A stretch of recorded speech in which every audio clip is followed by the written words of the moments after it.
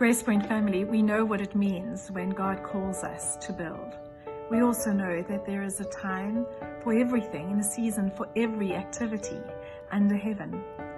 We know that God reminds us that when we go through times of pain and affliction, that the God of all mercies and the God of all comfort is there for us, to comfort us in our affliction and in our pain. We are going to, together as a community, build a wall of remembrance in our garden of remembrance that holds the affliction and pain and memories of one another. And so this video will share a little bit about what our garden of remembrance is going to be and how you can get involved. Gracepoint family, we are deeply moved that the proposal for us to erect a wall of remembrance got a green light from both the Fast Forward and the annual society meetings. This wall really is to serve as a sacred space that brings together our grief as we hold close those whom we love who are no longer with us. I now introduce to you Adrian Walls, the architect behind the spectacular design of the wall. Hello, Gracepoint. I just want to talk a bit about the design of the memorial wall that we're planning on putting down here. It sort of starts off with 3 bastion walls in that far corner over there that are an attraction for people coming down or looking from the church. 3 separate heavy blocks of masonry. We'll do it in brickwork, but then we'll clad it with the same rock that is found at the church.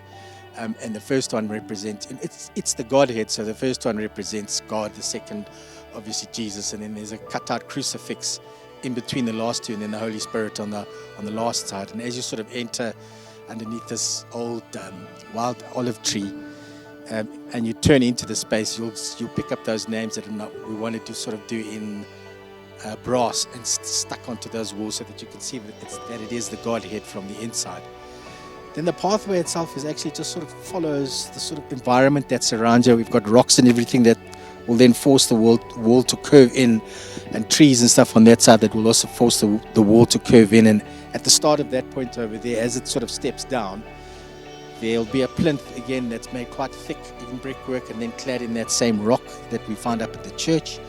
And then the actual wall itself will be done in the same face brick that has been used at the church as well. The start of it will have a chalk wall so that anybody can leave messages there. We miss you, Granddad, or Nana, we love you so much. That can be changed. The children can scribble and write on it, leave messages forever.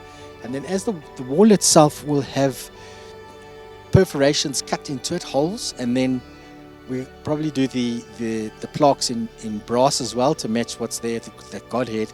And those perforations are just left there so that if somebody wants to leave a stone or a flower or a little child's toy or something, they can leave it behind where their plaque is on the wall.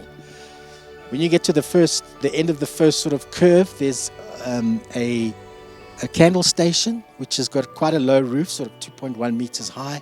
So that as you walk into that space and it's covered, that it actually feels tomb-like, that you can light candles and just leave that burning when you leave.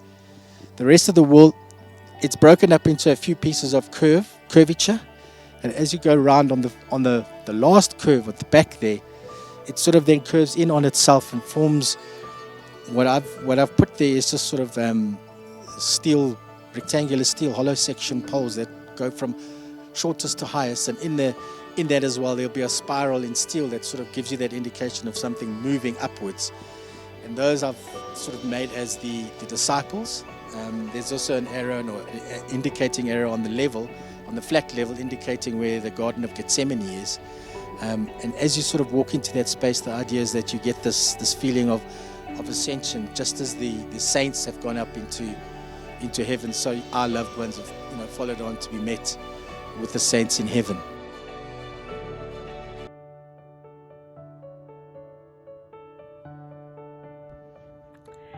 This garden really will be a place of sanctuary for us. I think of Jesus when he sweated blood in the Garden of Gethsemane, and the moment where those that loved him most laid his body in the garden tomb.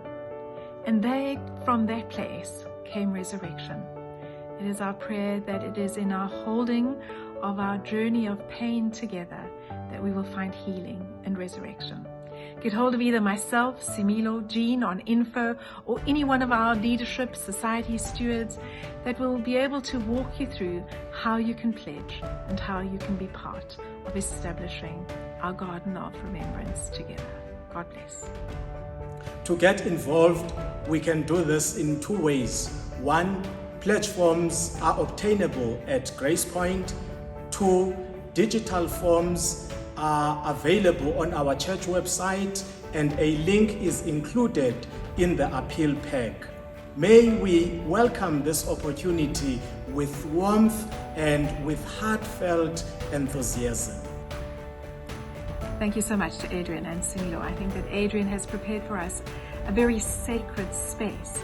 And I think together we will find deep healing.